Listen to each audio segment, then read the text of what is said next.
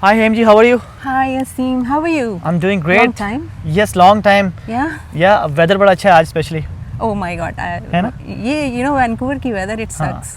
Canada में जो Vancouver है इसका वेदर आप पूरे कनाडा में जहाँ भी जाएंगे आपको वैंकूवर जैसा वेदर कहीं भी नहीं मिलेगा. तो वैंकूवर का वेदर बहुत ही आइडियल रहता है. यही रीज़न होती है कि कनाडा में जो ज़्यादातर लोग आना चाहते हैं वो वैंकूवर की तरफ ही मूव होते हैं. है ना? I agree. इसलिए बहुत ज़्यादा इस वक्त महंगाई भी हो गई यहाँ पर. घर भी एक्सपेंसिव हो गए हैं. अच्छा, हेमदत्ता जी को मैंने आज जो है ना इनवाइट किया इनको मैंने आज कि आज आप आए हमारी ऑडियंस के साथ थोड़ा इन्वेस्टर वीज़ा के बारे में बात करें. Because you know everyone wants to move to Canada, but you know हम जो इंडियन पाकिस्तानी ना हमारे माइंड में एक ही चीज़ रहती है, कोई शॉर्टकट मिल जाए. शॉर्टकट क्या होता है? LMIA मिल जाए, कोई वर्क परमिट मिल जाए, कोई पे करके हम उसको ले लें. तो उनको पता नहीं था कि उसमें ड्रॉबैक्स कितने होते हैं.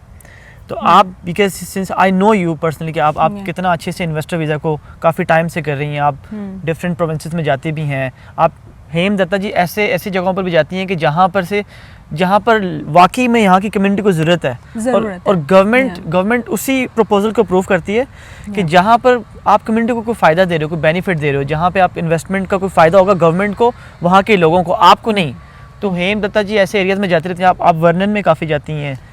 बहुत इंटीरियर BC में, जैसे अब हमारे पास वहाँ पे कंस्ट्रक्शन का बिज़नेस हो गया, बेकरी का बिज़नेस हो गया. तो कुछ एरियाज़ में वो लोग ऐसे इन्वेस्टर्स, ऐसे एंटरप्रेन्योर्स ढूंढ रहे हैं जो आकर ये सारे बिज़नेस खोलें. अगर ये सारे बिज़नेस खोलते हैं तो हम लोग गवर्नमेंट के साथ कम्युनिकेशन करते हैं, आपके डिटेल शेयर करते हैं, आपके पास उनके लेटर्स आते हैं. तो यू नो एक ग्राउंड बनता है जिसके बेसिस पे हम आपका एक्सप्लोरेटरी विजिट स्टार्ट कर सकते हैं. यू नो एक प्रोसेस बनती है. आप अगर कनाडा में विजिटर वीज़ा अप्लाई करना चाहते हो, आपको या स्पॉन्सर चाहिए या किसी का इनविटेशन लेटर चाहिए, तो कोई तो रीज़न चाहिए ना आपको. यस ऑफ कोर्स, रीज़न बहुत ज़रूरी है. तो अब हमने गवर्नमेंट से बात करी हुई है. आपका रीज़न गवर्नमेंट ही बन गई ना. हमने उन्हीं के साथ कम्युनिकेशन करी हुई है direct from the horses mouth, right. तो इस पे तो विजिट वीज़ा मिलना काफ़ी ईजी हो जाता है. आप एक्सप्लोर करने आ रहे हो अपने बिजनेस को. बिजनेस आप आओ, आप मिलो. बिजनेस के लिए स्टार्टअप एक बहुत अच्छा है मेरे हिसाब से. बट मैं ना एक चीज़ सारे लोगों को बोलना चाहती थी, क्योंकि आपने जब लास्ट टाइम वीडियो डाली थी तो उस पर मैंने कुछ लोगों को कंसल्टेशन भी दी थी, कुछ कमेंट्स भी करे थे. तो लोगों में ना एक ये है कि हमें इजी मनी चाहिए, इजी चले जाएं, इजी. हेमदत्ता यहाँ पर देखो मेरा टाइम बहुत प्रेशियस है. मैं कल रात को भी असीम 3:30 बजे तक फाइलें सबमिट करी थी. तो मैंने कुछ लोगों को ना फ्री कंसल्टेशन भी दी, टाइम भी दिया, उनकी बातें सुनी भी, उन्हें एडवाइस भी किया. बट यू नो लोगों को लगता है कि अगर किसी कंसल्टेंट ने 10 मिनट्स दे दिए हैं तो pretty much सब कुछ दे दें वो. यू नो डॉक्यूमेंट्स भेज दें, हम वो 4 घंटे 5 घंटे एनालिसिस कर लें. तो ऐसा नहीं होता कि आप डॉक्यूमेंट्स भेजेंगे, मैं डॉक्यूमेंट्स सरसरी निगाह पर देखकर आपको कुछ एडवाइस नहीं कर सकती. Of course, yes. मुझे ये भी चाहिए कि आपके पास आप कितना इन्वेस्ट कर सकते हैं, आपके पास एक्सपीरियंस नॉलेज क्या है, किस टाइप का बिजनेस आप कैपेबल होंगे, राइट. आपकी एज कितनी है, आपका पार्टनर कैसा है, आपके आइल्स के बैंड्स कितने हैं, इंग्लिश की आपकी स्किल्स कैसी हैं. तो बहुत सारे फैक्टर्स हैं. और फिर ये कि हम कौन से एरिया में हम आपका बिजनेस प्लान लेकर जाएं जहाँ पर हमारे सक्सेस के चांसेस ज़्यादा होंगे. तो उस सब एनालिसिस में हमें अच्छा खासा टाइम लगता है. और कभी कभी तो मुझे ट्रैवल करके अब इतनी दूर जाना पड़ता है. मैं मिनिस्टर से मीटिंग ले रही हूँ, गवर्नमेंट ऑफिशियल से मीटिंग ले रही हूँ, उनसे मिल रही हूँ. तो उस सारे टाइम की वैल्यू है, राइट.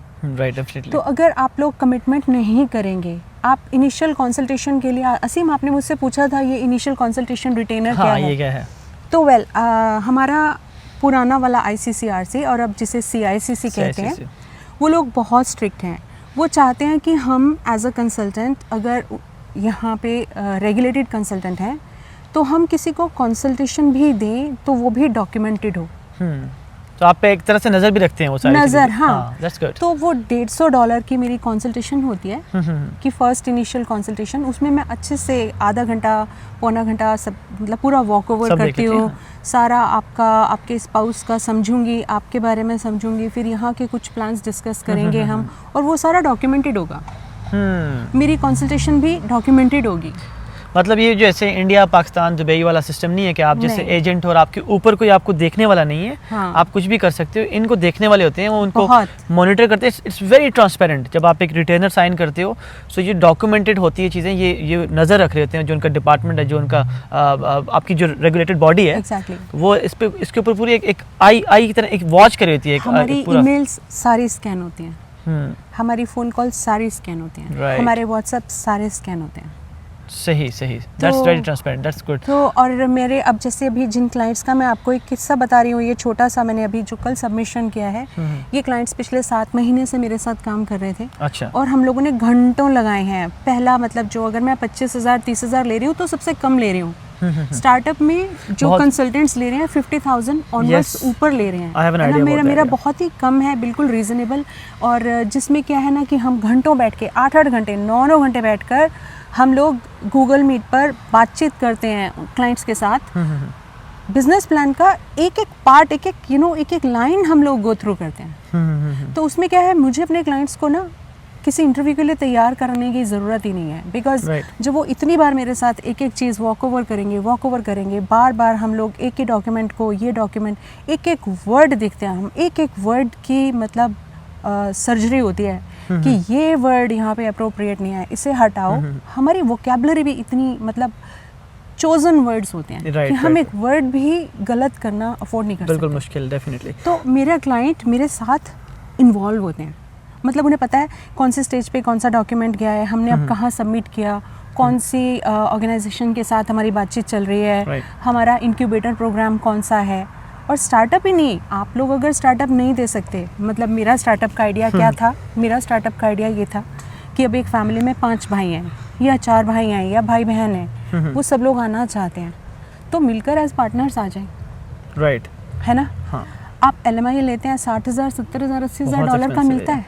है। अगर उतने ही पैसे लगा के आप स्टार्टअप में सारे लोग सारे के सारे आ रहे हो, मतलब हर भाई ने 60,000 डॉलर का ले लिया, और बिजनेस भी अपना, किसी को पे भी नहीं किया आपने। आपने किसी को पे नहीं किया, ठीक है। और ट्रांसपेरेंट, आप एकदम सीना तान कर आते हो कि आप Yeah. कोई गैर कानूनी काम नहीं कर रहे हो, हाँ। आप इलीगल एक्टिविटी करके नहीं आ रहे हो, आप गलत तरीके से कंट्री में एंटर नहीं कर रहे हो, है ना। बिल्कुल एक ट्रांसपेरेंट सा साफ सा तरीका है जिसमें PR के भी ऑप्शंस आपके पास बड़े अच्छे PR होते है ही हैं। उसमें। हाँ, सही। तो स्टार्टअप में क्या होता है ना, हमारा बिजनेस प्लान हम लोगों ने पहले पिच डेक बनाया, और जब पिच डेक की प्रेजेंटेशन देते हैं इंक्यूबेटर्स को, तो वो इनका इंटरव्यू लेते हैं, सेलेक्ट हो जाता है, तो फिर वो इनको ट्रेनिंग देते हैं, जो हमने लास्ट टाइम भी बताया बिल्कुल, था कि वो बिल्कुल। ट्रेनिंग देते हैं।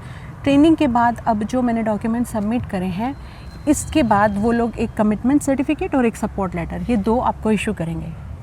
इनके बेस पर ये समझ लो जो सपोर्ट लेटर है ना, ये LMI है। Right, okay. ओके, इसी के बेस पे आपकी PR की एप्लीकेशन भी अभी सबमिट हो जाएगी, पूरी फैमिली की, सही। एक बंदे की नहीं, पूरी फैमिली की, ठीक है। हस्बैंड वाइफ बच्चे, पेरेंट्स आपकी फैमिली में नहीं आते हैं, ओके, ओके। ठीक है। ठीक है। So family means husband wife and बच्चे, ठीक है, ठीक है। ठीक है। उसमें स्टेप किड्स अलाउड हैं, ओके, ठीक है। ठीक है। अच्छा, सही। या कोई इसमें बात रहती है इंपॉर्टेंट, या हम एक चीज़ जो है ना। हाँ जी, पूछिए। अच्छा, अब तो यहाँ तक तो हमने कर ली जनरल बातें, हमने आपको Yeah. थोड़ा सा इन्वेस्टर वीज़ा का बताया, इसके बेनिफिट्स बताए, LMI के ड्रॉबैक्स हमने आपको बताए, इसमें आपने ये भी बताया बड़ा अच्छा ऑप्शन कि आप एक विजिट वीज़ा की भी आपको हेल्प हो सकती है अगर आप बिजनेस अपना विजिट करने आ रहे हो बिजनेस के लिए, एक्सप्लोरेटरी विजिट। एक्सप्लोरेटरी, तो वो Yeah. भी आपका जो है ना एक अच्छा पॉजिटिव आपकी तरफ से हो सकता है कि आप खुद आके देख भी सकते हो कि ये हो क्या रहा है, जो आप काम करना चाह रहे हो, वो आप खुद जब विजिट करके जाओगे तो आपको ज़्यादा अच्छे से नॉलेज होगा, आप वापस जाओगे तो आप अच्छे से प्लान कर सकते हो कि भाई ओके मैं देख के आया हूँ, अब अगर मैं यहाँ से वाइंड अप करना चाहता हूँ, वाइंड अप कर रहा हूँ, तो इसमें कोई मुश्किल नहीं है, कोई इसमें कोई दिक्कत नहीं है। Yeah. अच्छा, अब हम चलते हैं सीधा जो एक मेन जो इसके ऊपर एलिजिबिलिटी क्राइटेरिया वगैरह रिक्वायरमेंट्स होंगी सारी। Let's suppose there is one person, एक पर्सन है, एक सिंगल बंदा है, वो इन्वेस्टर वीज़ा के लिए कनाडा आना चाह रहा है। What is the minimum investment, and let's go to the investment first. So investment, like in Ontario, if you are going for investment, that is minimum 2 million. Quebec is expensive. Manitoba, $150,000 investment. Yes, you can start. BC, अगर आप Vancouver area में, metropolitan area में हो, तो $800,000 की investment है। अच्छा, okay. And outside this area $500,000 की इन्वेस्टमेंट है, मतलब $500,000 की, ओके, ठीक है। तो ऐसे एरियाज पर हैं कि हम कहाँ Depend पे करता है करेंगे कहाँ। PI। लेकिन एक बात मैं आपको बता दूं, जो एक बंदा आ रहा है इन्वेस्टमेंट के लिए आ रहा है और इन्वेस्टर के इस प्रोफाइल में आ रहा है, तो गवर्नमेंट इन सब लोगों से 1.5 लाख से लेके $2 लाख की सिक्योरिटी डिपॉजिट लेती है, राइट, 1.5 से 2 लाख जो कि स्टार्टअप में आपने नहीं देनी। अच्छा, स्टार्टअप में वो आपसे कह रहे हैं कि आप $3 लाख 2 साल में इन्वेस्ट करोगे। ओके, अब 4 लोग हैं, ओके, ठीक है, आप हर महीने $2-2 हज़ार स्पेंड कर रहे हो। ओके, 24,000 हो गए आपके, सही, 24,000 दूसरे के, 24,000 तीसरे के, 24,000 चौथे के, ओके, साल का हो गया आप तकरीबन 100,000, ठीक ओके, है। सही, 5 लोग हैं तो आपने 125,000 कर लिया, सही, ठीक है। 2,000 आपको चुभेगा भी नहीं। इनिशियली मान लो अगर आप लोगों ने 50,000 मिल के पूल कर लिया 10-10 हज़ार, और उसके बाद आपने $2.5 लाख ऐसे 5 लोगों ने पूल कर लिए, हर महीने कमा के लगाते रहे बिजनेस में, तो आपकी पॉकेट पे भी हैवी नहीं रहा, आपने अपनी कमिटमेंट भी पूरी कर दी, $3 लाख की इन्वेस्टमेंट भी कर दी, ओके, ठीक है। ये $3 लाख की इन्वेस्टमेंट कहाँ होगी? आपने एम्प्लॉयज़ रखने हैं, आपने कनेडियन एम्प्लॉयज़ को जॉब देनी है, वो पार्ट टाइमर्स भी हो सकते हैं, फुल टाइमर्स भी हो सकते हैं, ठीक है।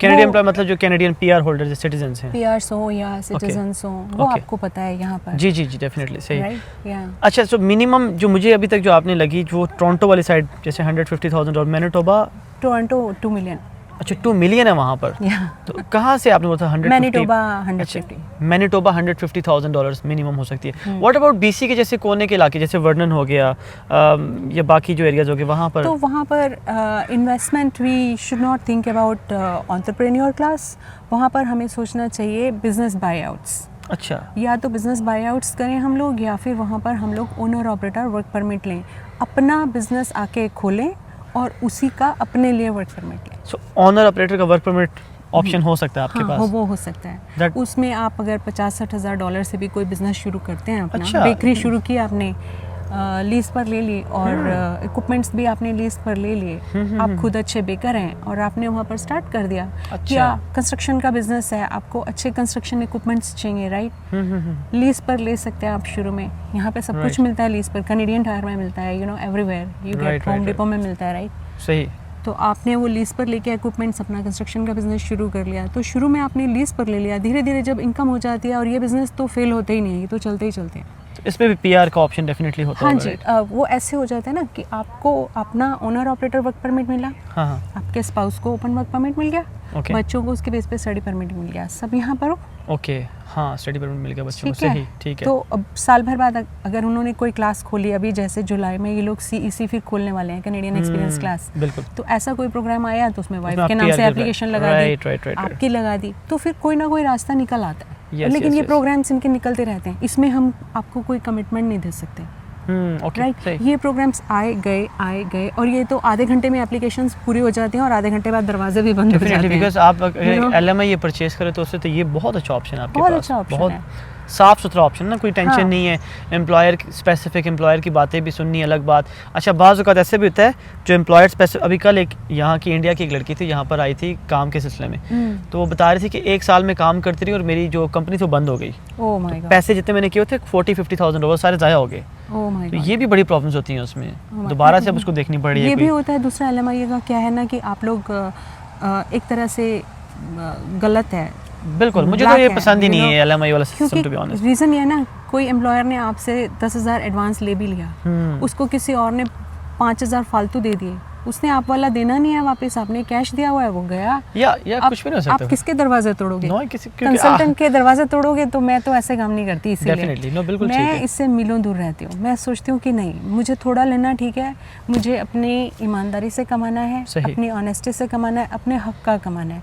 मैं बहुत मेहनत करती हूँ अपनी फाइल्स पे, और जाहिर सी बात है जिन लोगों ने मेरे साथ रिटेनर एग्रीमेंट साइन किया हुआ है, मुझे पैसे दिए हुए हैं, मेरा फ़र्ज़ बनता है मैं उनको मैक्सिमम टाइम दूँ, बिल्कुल बिल्कुल, है ना। फिर आपका दिल भी करता है उस पे मेहनत करने का, जब मेरा कोई दिल करता है सीरियस मेहनत होते हैं करने लोग का, आके। हाँ। जब लोग सिर्फ टाइम पास करते हैं ना, हाँ, विंडो नहीं, शॉपिंग के लिए या आते हैं ना वो मेरे नहीं, पास या। कि फलाने कंसल्टेंट ने वहाँ पे मुझे, मेरा कंपैरिजन आप वहाँ इंडिया पाकिस्तान में बैठे Of course, एजेंट और गोस्ट agents। कंसल्टेंट्स के साथ कर रहे हो, Yes। ओफो, वो फिर बहुत बुरा लगता बहुत है, लगता है, definitely। वो इतना ऐसे दिल में ना, ऐसे किसी ने चाकू मार दिया ऐसा लगता है। नो, सीरियसनेस होना बहुत ज़रूरी है आपको, you have to be really, if you are serious, definitely अगर आप एक प्रॉपर तरीके से एक जो इनका प्रोसीजर उसको फॉलो करते हैं, इनके टाइम की वैल्यू करते हैं, दैट्स रियली इंपॉर्टेंट, फिर डेफिनेटली ये भी आपको एक फैमिली की तरह ट्रीट करेंगे, so that is very important thing. अच्छा, यहाँ तक हमने कर लिया कि इन्वेस्टमेंट कितनी होनी चाहिए, मिनिमम सारी हम बातें कर ली।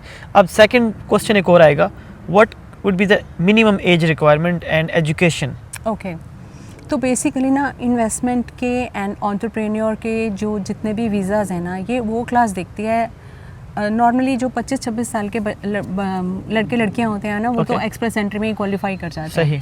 ठीक है, आपके पास 3 साल का एक्सपीरियंस है, आपकी एज 25 साल है और आपके पास मास्टर्स की डिग्री है, आपके आइल्स में 8 बैंड आ गए हैं, आप एक्सप्रेस एंट्री वहीं पर बैठ के कर जाओगे। ओके ठीक है, लेकिन अगर आपके पास आपकी एज 30 से ऊपर हो गई है, आपके पास मास्टर्स नहीं है, आप आइल्स में 8 बैंड नहीं ला सकते, बट अच्छी सीनियर पोजीशंस पे लोग काम कर रहे हैं, आईटी में कर रहे हैं, उनके पास 16 साल का, 17 साल का, 18 साल का एक्सपीरियंस है, राइट, वो लोग बिजनेस कर सकते हैं, एंटरप्रेन्योर स्किल्स हैं, मैनेजमेंट में लगे हुए हैं, या जो ऑलरेडी बिजनेसेस कर रहे हैं बैक होम। अब बिजनेसमैन के पास चाहे 12th भी हो, इसमें चलेगा। तो आपने 12th क्लास पास करी है ना, सीनियर सेकेंडरी लेवल तक की, तो बिजनेस क्लास में चलेगा। सो मिनिमम जैसे इंडिया की 10+2, हाँ 10+2 किया हुआ है, FSC FA पाकिस्तान की 12 होगी, इंडिया की 10+2, so this is a minimum education requirement because that's really important for PR purpose in future, for entrepreneur class।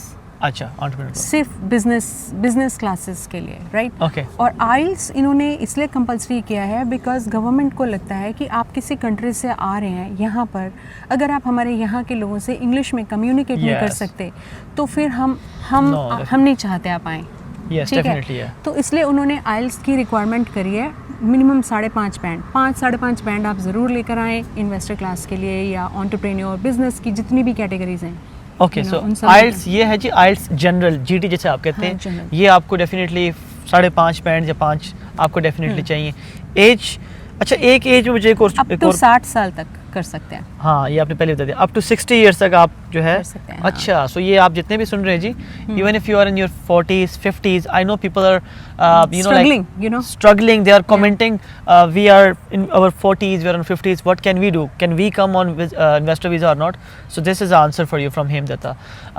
next question मेरा है, एज भी होगी, क्वालिफिकेशन, इन्वेस्टर भी हो गया, एक पॉइंट है, अच्छा प्लीज ऐड कर लें। वो पॉइंट ये है कि आप 50 साल के हैं, आपके बच्चे हैं 21 साल के, 20 साल के, 18 साल के, 17 साल के, अगर आप उन्हें एजुकेशन के लिए कनाडा में भेजते हैं, तो यहाँ पर इंटरनेशनल स्टूडेंट की फीस कैसी है?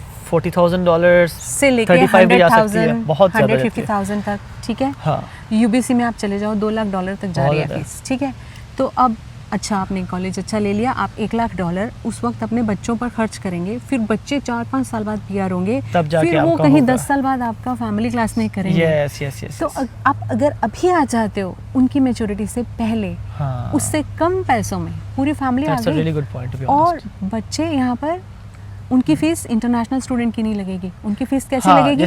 जैसे हम लोकल डोमेस्टिक लगेगी। Yes, no, I know some people जो इन्वेस्टर वीजा पर यहाँ पर हैं, बच्चे लोन ले लेते हैं। यस, सारे बच्चे लोन लेके पढ़ते हैं, और जब फिर एजुकेशन हो जाती है, वो अपना $200 महीने के कटवाते रहते हैं। यस, मैं मुझे इस चीज़ का आपने मुझे रिमाइंड करवाया कि मैं कुछ लोगों से मिला हूँ जो इन्वेस्टर वीज़ा पर यहाँ पर हैं। So when I came to know कि उनके बच्चे जो है ना, जैसे यहाँ पर डोमेस्टिकली बच्चे पे विद फ्री पढ़ रहे हैं, स्टडीज़ कर रहे हैं हाई स्कूल वगैरह में, उनके बच्चे भी फ्री पढ़ रहे हैं। हाँ, that was really surprising for me कि आपको तो मिल रहा है, लेकिन आपके बच्चे फ्री में पढ़ रहे हैं। आपको जैसे इंटरनेशनल स्टूडेंट की फीस बहुत ज़्यादा होती है, आपने बताया जैसे, तो ये तो एक बहुत अच्छा एक साथ में उन्होंने एक बेनिफिट दिया हुआ है। इंडिया में देखो आप, इंडिया में मैं हैरान रह गई, मेडिकल स्टूडेंट्स 1 करोड़ रुपया तक दे रहे हैं, बहुत ज़्यादा, और इंजीनियरिंग में लोग 50 लाख 60 लाख दे रहे हैं।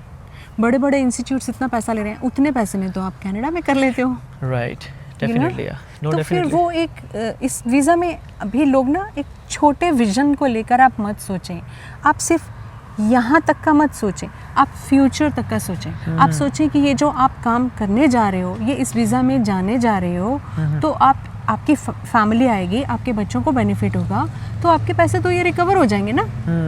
डेफिनेटली। हाँ, और मैं फ्री में काम नहीं कर सकती, क्योंकि ये मेरा प्रोफेशन है, मेरी रोजी रोटी यही है, मेरा भी घर है, मेरी भी इंस्टॉलमेंट्स जाती हैं, घर की, गाड़ी की, यू नो।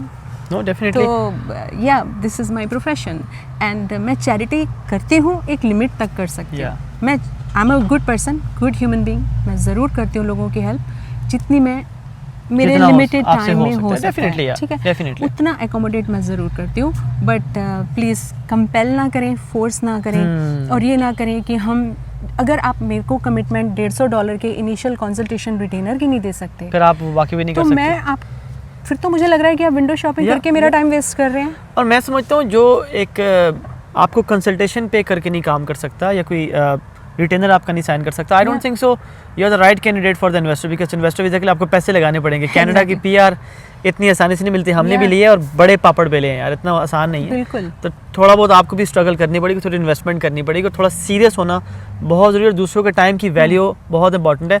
आई नो कि आप लोगों में से बहुत सारे लोग मुझसे इनका कॉन्टैक्ट मांग रहे हैं, नंबर मांग रहे हैं, but if you are serious then definitely I will connect you with her definitely.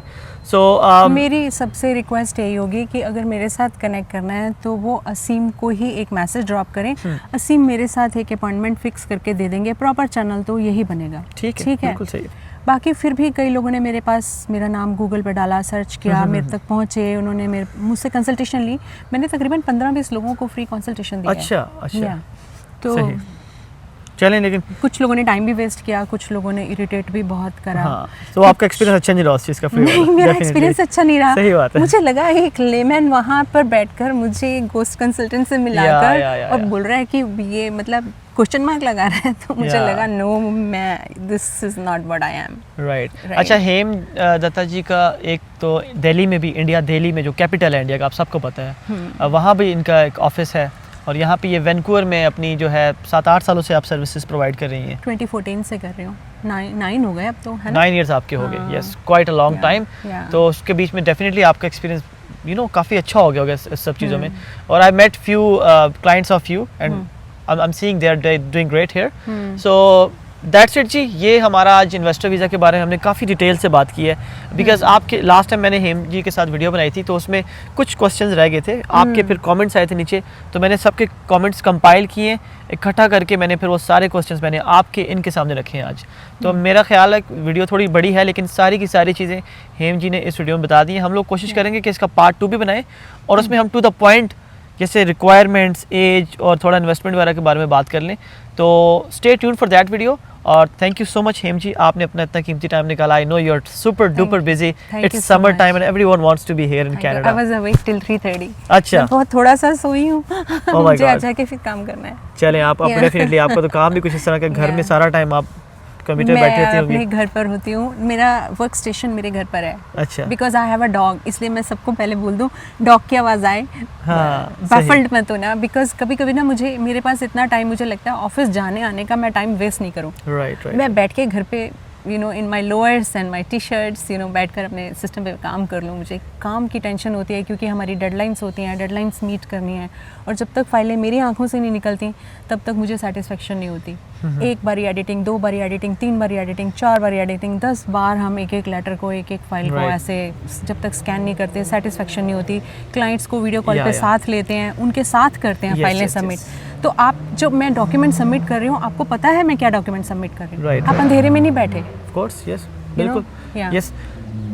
चले, थैंक यू सो मच जी। तो ये थी Hem Datta, who is a Indian Canadian immigration consultant based in Vancouver.